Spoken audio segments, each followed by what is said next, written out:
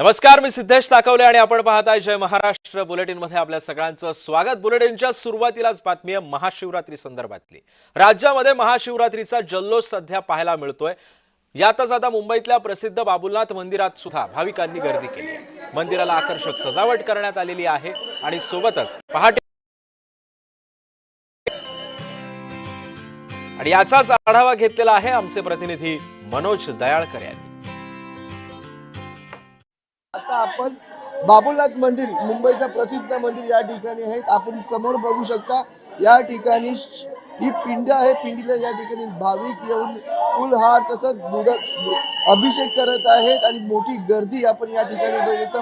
बाबुलनाथ मंदिर या ठिकाणी झालेली आहे आणि सर्वत्र ठिकाणी भोलेनाथाचा एकच गर्जना आवाज या ठिकाणी गुंजत आहे आणि संपूर्ण मंदिर आपण बघितलं तर फुलांच्या आरासाने सजवण्यात आलेलं आहे।